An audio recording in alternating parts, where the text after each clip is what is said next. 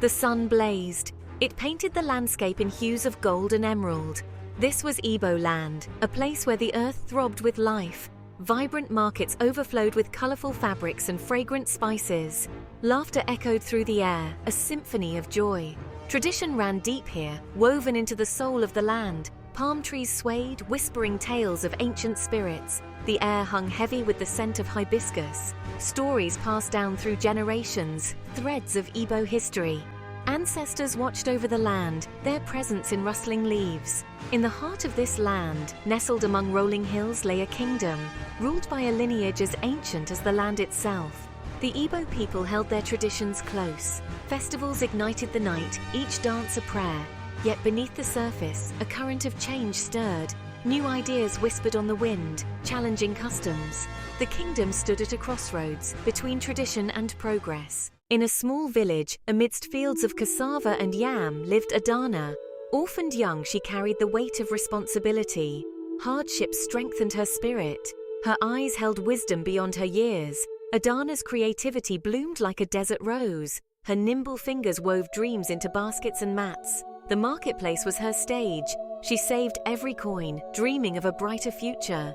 Adana yearned for more than her small world. At night, she whispered her dreams to the moon. Fate had already begun to weave its magic. High on a hill stood the royal palace, a symbol of power and tradition. Within its walls resided Prince Afam, heir to the Igbo throne. But beneath my princely exterior, I grapple with the weight of expectations. The crown feels more like a cage than a symbol of power. Torn between duty and personal fulfillment, Afam found himself at a crossroads.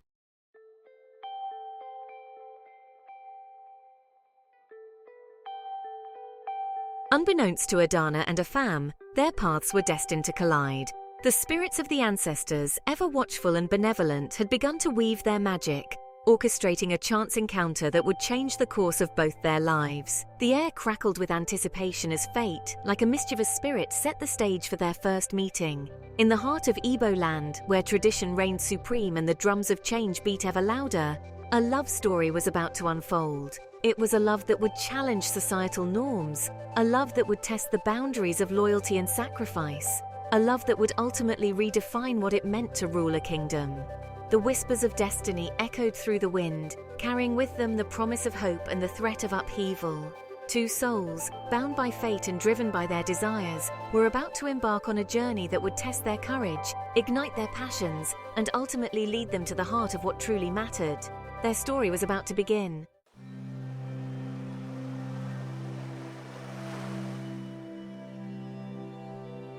The first rays of dawn kissed the thatched roofs, painting the sky in hues of rose and gold. A rooster crowed, announcing a new day. Adana stirred from her sleep, her dreams lingering. She rose gracefully, like river reeds swaying in the breeze. Her small hut was filled with warmth and quiet strength.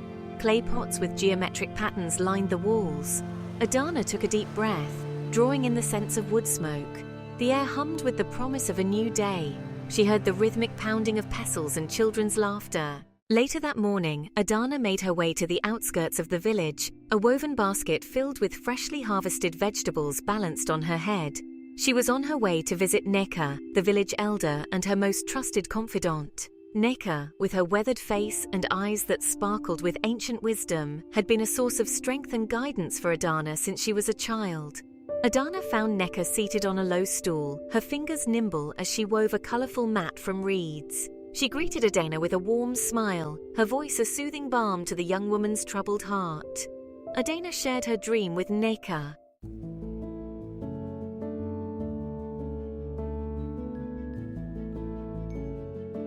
My child, your dreams are not merely figments of your imagination. They are whispers from your ancestors, guiding you towards your destiny.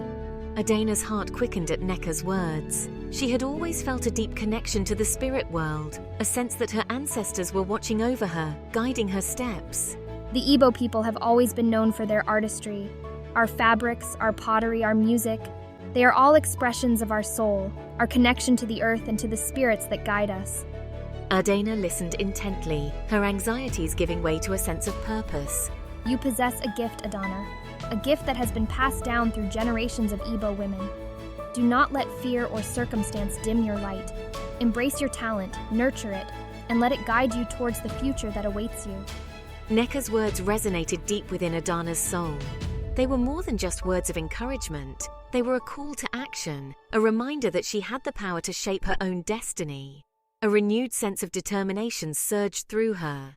She would no longer allow her circumstances to define her. She would embrace her talent, hone her skills, and show the world the beauty and artistry of the Igbo people. Despite the surge of inspiration she felt after her conversation with Nneka, doubts still lingered in the back of Adana's mind. She had always been a dreamer, finding solace in her art. But could her dreams translate into a better life? Could she, a humble orphan, achieve anything beyond her everyday existence? As she made her way back to the village, the weight of her responsibilities pressed down on her. She had to sell her wares at the market, tend to her garden, and care for her aging aunt. Her days were long and arduous, leaving little time for her artistic passions. The familiar sights and sounds seemed to mock her newfound dreams. They would likely scoff at her aspirations, urging her to be content with her simple life. Even her aunt would likely urge her to be realistic, to focus on securing her future through hard work. As the sun began its slow descent, casting long shadows across the village, Adana found solace by the riverbank, the gentle murmur soothing her soul. She sat on a smooth rock, her gaze fixed on the shimmering river. The weight of her circumstances and villagers' whispers burdened her spirit.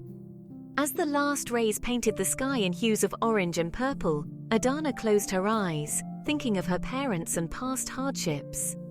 She had a choice: surrender to doubts or embrace the unknown path. The weight of the Igbo crown pressed heavily on Prince Afam's brow, a reminder of his responsibilities. His chambers felt more like a gilded cage than a sanctuary. He paced restlessly, each step a testament to his inner turmoil. How could he reconcile his duty with the yearnings of his heart? Groomed from birth to rule, his life was meticulously planned. A charismatic leader, admired by his people, yet unsatisfied. He yearned for a life where he could choose his own path and forge his own destiny.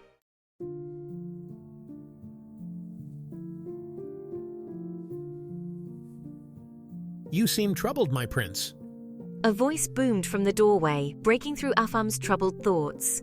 Obina, his closest friend and confidant, strode into the room, his presence as comforting and familiar as a well-worn cloak. Obina, a skilled warrior and loyal companion, had been by Afam's side since childhood, their bond forged in shared adventures and unwavering loyalty. The weight of the crown feels heavier than usual.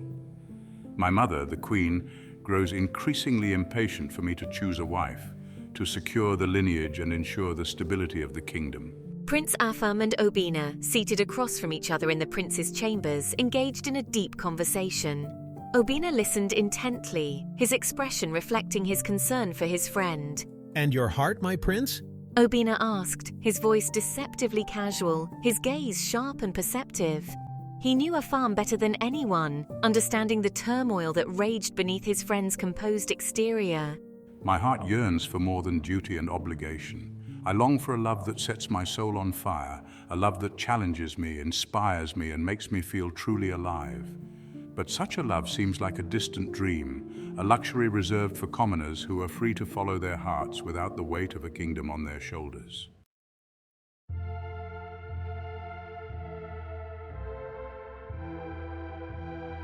Tradition is a powerful force, my prince. It is the foundation upon which our kingdom is built, the legacy of our ancestors, the thread that binds us together.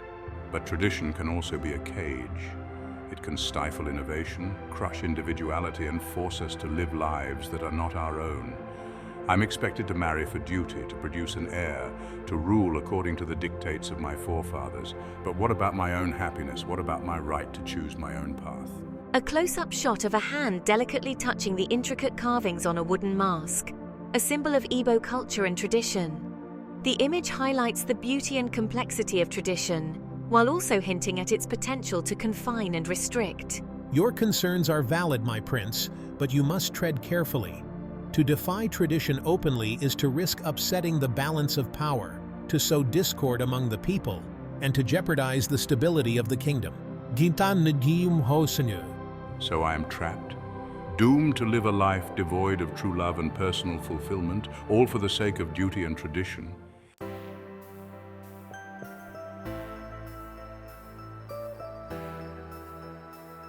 Not necessarily, my prince. There are ways to honor tradition without sacrificing your own happiness. Remember, even the most rigid customs can be bent, and the most ancient laws can be reinterpreted. What are you suggesting, Obina? Afam asked, a flicker of hope igniting in his chest. He trusted Obina's judgment implicitly, knowing that his friend would never steer him wrong. The annual village festival is fast approaching.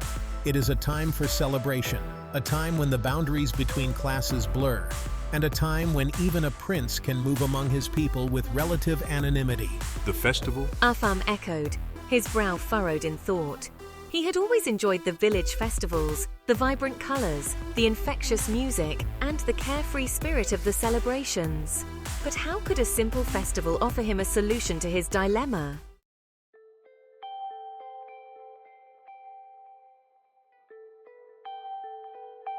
Think of it, my prince.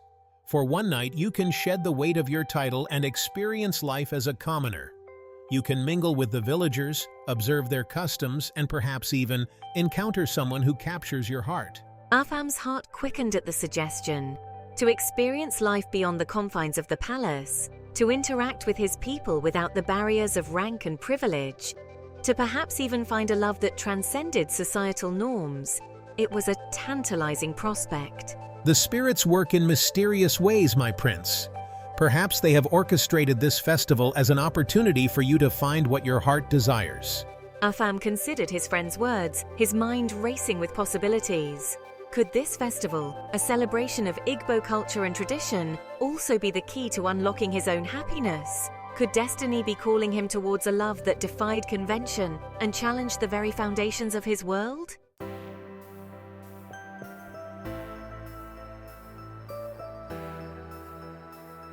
A seed of rebellion, planted by Obina's words and nurtured by his own longing for freedom, began to take root in Afam's heart. For the first time, he allowed himself to imagine a life where duty and desire were not mutually exclusive, a life where he could rule with both wisdom and passion. He thought of the countless maidens his mother had paraded before him, their beauty undeniable, their lineages impeccable, yet none of them had stirred his soul.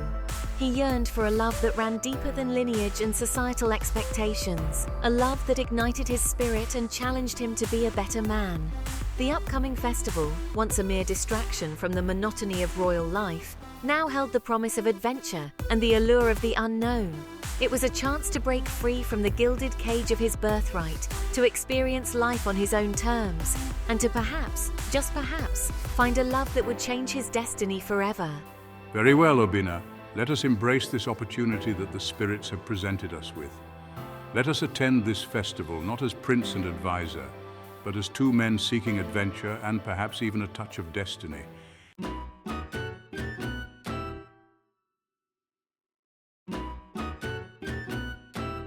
The air crackled with anticipation as the day of the village festival dawned. The rhythmic beat of drums echoing across the savannah heralded the start of the festivities. A kaleidoscope of colors painted the village square. Vibrant textiles draped over makeshift stalls, intricately beaded jewelry shimmering under the midday sun, and the feathered headdresses of dancers swaying in the breeze. The aroma of roasted meats, spiced plantains, and freshly brewed palm wine wafted through the air, tantalizing the senses and beckoning the villagers to partake in the communal feast. Laughter, joyous and unrestrained, mingled with the melodic strains of traditional instruments, creating a symphony of celebration that reverberated through the heart of the village. Children, their faces painted with intricate designs, darted through the crowd, their laughter echoing the carefree spirit of the day. Elders, their weathered faces etched with the wisdom of generations, looked on approvingly, their presence a reminder of the traditions that bound the community together. The festival was a time for unity, a time to honor the ancestors, and a time to celebrate the bounty of the harvest. For one day, the rigid hierarchies of village life seemed to dissolve, replaced by a spirit of egalitarianism and shared joy. Farmers mingled with merchants, artisans showcased their crafts alongside storytellers, and even the village elders joined in the rhythmic clapping and singing, their voices blending in a harmonious chorus that celebrated the enduring spirit of the Igbo people. Adana, adorned in a stunning indigo wrapper, moved through the crowd with newfound confidence. The fabric, dyed with indigo leaves and adorned with intricate embroidery, was a testament to her skill. It was her masterpiece, shimmering under the afternoon sun, drawing admiring glances. She had poured her heart into creating this outfit, and it showed in every detail. The indigo dye, a deep, rich blue, held a special significance for Adana. As she made her way through the festival, Adana felt something momentous was about to transpire. She had heard whispers of the prince's attendance, tales of his charisma and charm. The thought of encountering him excited and terrified her.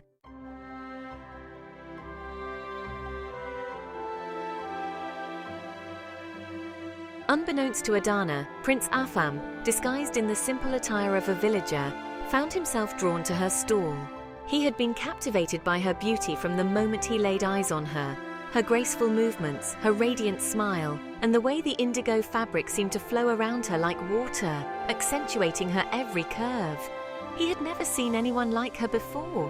The women of the court, with their elaborate hairstyles, their faces hidden behind layers of makeup, and their bodies adorned with jewels, paled in comparison to this vision of natural beauty and quiet strength. He felt an inexplicable pull towards her, a desire to know more about the woman who moved through the crowd with such grace and confidence. As he approached her stall pretending to admire the colourful beads displayed on the woven mat, he couldn't help but notice the intricate embroidery on her wrapper.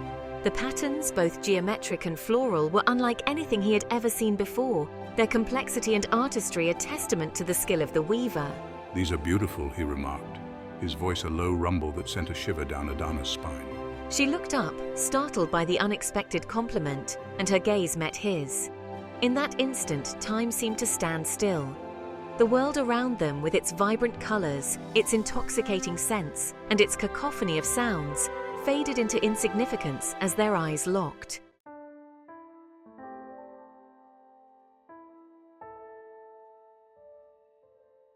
Adana's breath caught in her throat. She had never seen anyone as handsome as the stranger standing before her. His features, though partially obscured by the hood of his cloak, were striking. Strong cheekbones, a proud nose, and eyes that seemed to hold the wisdom of 1,000 lifetimes. There was an air of authority about him, a quiet confidence that belied his simple attire. "Thank you," she replied, her voice barely above a whisper. She couldn't help but feel a strange sense of familiarity, as if she had met this man before, perhaps in a dream or a past life. His presence both intrigued and unsettled her, awakening a longing within her that she couldn't quite place. "You have a true gift for embroidery," the stranger continued, his gaze lingering on the intricate patterns that adorned her wrapper. "The craftsmanship is exquisite." Adana felt a blush creep up her neck at his praise. No one, not even Neka, had ever complimented her work with such genuine admiration before. "My mother taught me," she replied, her fingers toying nervously with the beaded fringe of her head wrap. It was a half-truth, a way to deflect attention from her own burgeoning talent. Her mother, though a skilled seamstress herself, had died when Adana was still a child, leaving her with only fragmented memories of her mother's nimble fingers and the soft whisper of fabric being coaxed into shape.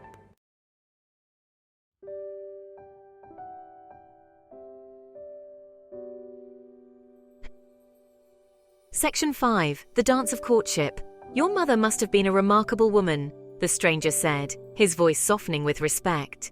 Adana nodded, her heart aching for a moment with a familiar pang of loss. She longed to share her memories of her mother with someone, to keep her spirit alive through stories and laughter, but she had always been too afraid to burden others with her grief. Sensing her sudden shift in mood, the stranger quickly changed the subject.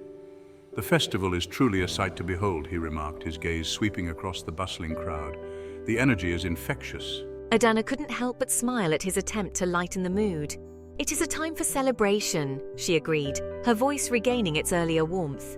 "A time to honor our traditions and give thanks for the harvest." And so began a delicate dance of courtship, their conversation flowing effortlessly from one topic to the next. They spoke of the harvest, the changing seasons, the stories passed down through generations, and the hopes and dreams that flickered within their hearts. Adana found herself drawn to the stranger's intelligence, his quick wit, and his genuine interest in her life. He, in turn, was captivated by her spirit, her resilience, and her passion for her craft. He had never met anyone who challenged his perceptions, who saw the world with such clarity and compassion. For the first time in his life, he felt truly seen, not as a prince, but as a man.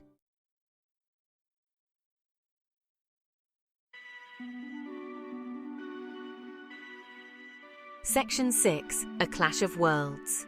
As the sun began its slow descent, Adana and the stranger stood by the edge of the village clearing. The rhythmic beat of the drums echoed their quickening hearts. A sudden commotion caught their attention. Royal guards marched towards them, disrupting the festival. "Do not be afraid," he whispered, his voice calming. The guards reached them, their leader addressing the stranger. "Your Highness, it is time for your return to the palace." Adana's eyes widened in shock. The stranger was Prince Afam, heir to the Igbo throne.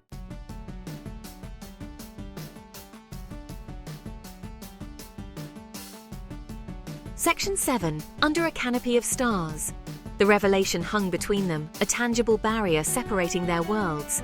Adana's heart pounded, a mixture of fear and excitement coursing through her veins. Afam, sensing her unease, gently took her hand in his. "Wait for me," he whispered, his eyes pleading for her understanding. "I will find you again, I promise." With a final lingering glance, he turned and followed his guards into the night. As the festival continued, Adana couldn't shake the feeling that her life had changed.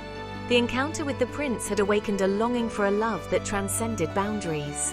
As she made her way home, Adana clung to the prince's promise.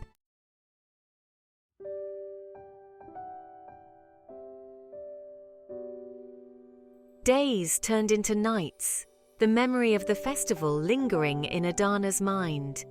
She moved through her days in a haze, torn between village life and the prince's touch. True to his word, Afam found ways to see her, disguised as a villager. Their meetings were clandestine, their moments together bittersweet. They met under the moon, their laughter echoing softly. Adana, initially hesitant, was drawn to Afam's warmth and spirit. Afam found solace in Adana's presence, a reminder of true happiness. Their connection deepened with each encounter.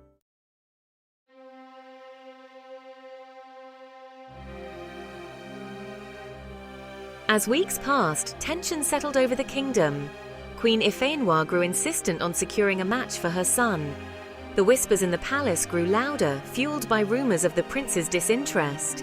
One evening, Afam received a summons from his mother. "My son, the time has come for you to fulfill your duty. I have arranged for you to marry Princess Uju." Afam's heart sank. Princess Uju held no appeal for him. He had met her on numerous occasions, their interactions always formal. The thought of marrying her filled him with dread.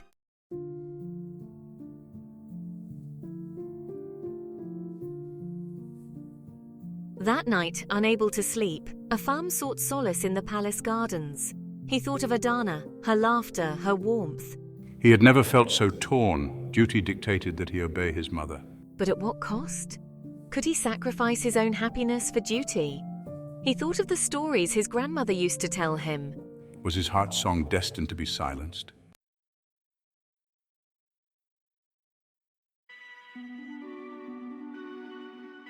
Adana felt the weight of Afam's impending decision. She had known their love was forbidden. She had seen the toll his responsibilities took on him.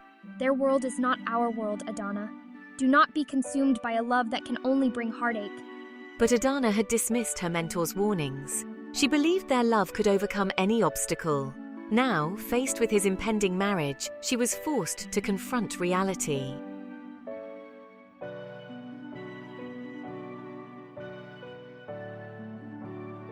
News of the prince's impending marriage spread through the kingdom. In the marketplace, women gossiped and farmers discussed the latest rumors. The news reached Adana, stealing her breath. She tried to ignore the whispers but knew the truth. The villagers watched her with pity and curiosity. Even her closest friends seemed to avoid her gaze. Adana retreated into herself, seeking solace in her work. She spent hours at her loom, her thoughts a tangled mess.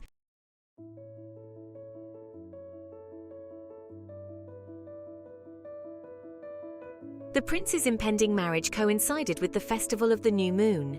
For Adana, the festival had always been a time of joy. This year, however, it filled her with dread. She considered staying away but knew her absence would fuel rumors. Besides, she couldn't bear the thought of missing Cheek.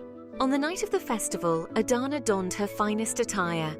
She fastened a string of beads around her neck. As she stepped out, she felt the night held the promise of revelation.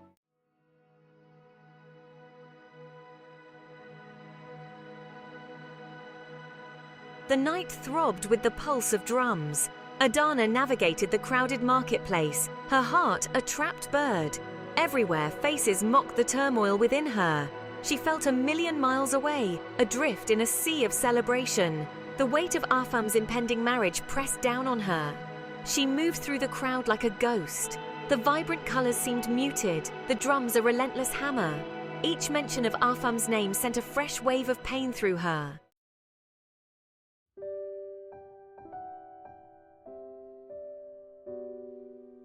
Seeking refuge, Adana drifted towards the outskirts of the marketplace. She found a moment of respite near a towering baobab tree. Leaning against its rough bark, she closed her eyes. It was then that she felt it, a warmth spreading through her. Her eyes snapped open. Across the crowded marketplace, their gazes locked. Afam moved towards her, his path forged through the crowd.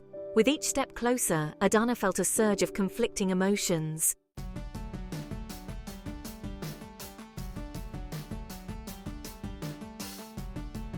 When he reached her, the air thrummed with unspoken words.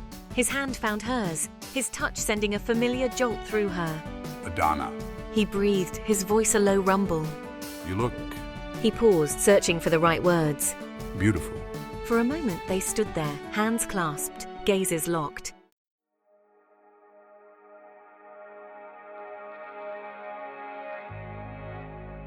Afam and Adana stood together, the night wrapping them in its quiet embrace. Afam, Adana began, her voice barely a whisper. What are we doing? The question hung heavy between them. Afam looked away, his jaw clenching. I don't know, he admitted, but I can't stay away. Adana understood. Tonight they were not bound by societal norms. Afam, she whispered, you have a choice to make.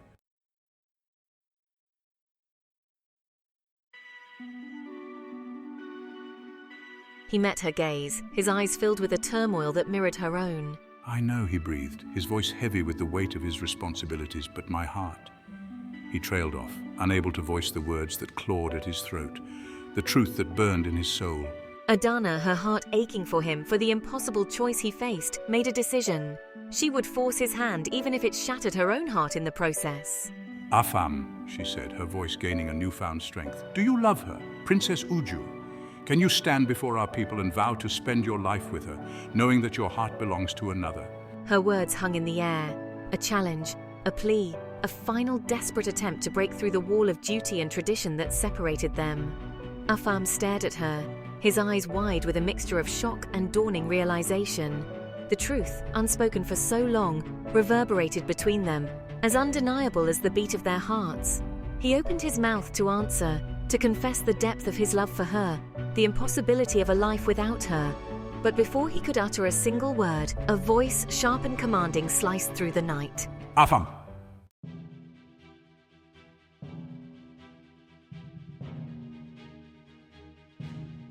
The command, laced with ice and authority, shattered the fragile bubble that had enveloped Adana and Afam. The crowd, sensing the shift in the air, parted like the sea before Moses, revealing Queen Ifeyinwa. She stood there, a regal figure draped in flowing robes, her face an unreadable mask. But her eyes, sharp as an eagle's, blazed with a mixture of fury and a strange, heartbreaking sadness. Time seemed to grind to a halt. The music faded to a distant hum. The laughter died in people's throats and the scent of roasted meat turned acrid in the sudden tension. Adana's hand instinctively retreated from Chike's grasp, a physical manifestation of the societal chasm that yawned between them. The weight of tradition, of unspoken rules and ancient expectations, pressed down upon them with suffocating force. Mother, we were just... Silence. The Queen commanded, her voice echoing across the hushed marketplace. She fixed her gaze on Adana, her expression unreadable. Adana, despite the fear that coiled in her stomach, met the Queen's gaze with a quiet dignity. She had nothing to be ashamed of. Her love for Afam was pure, her intentions honorable.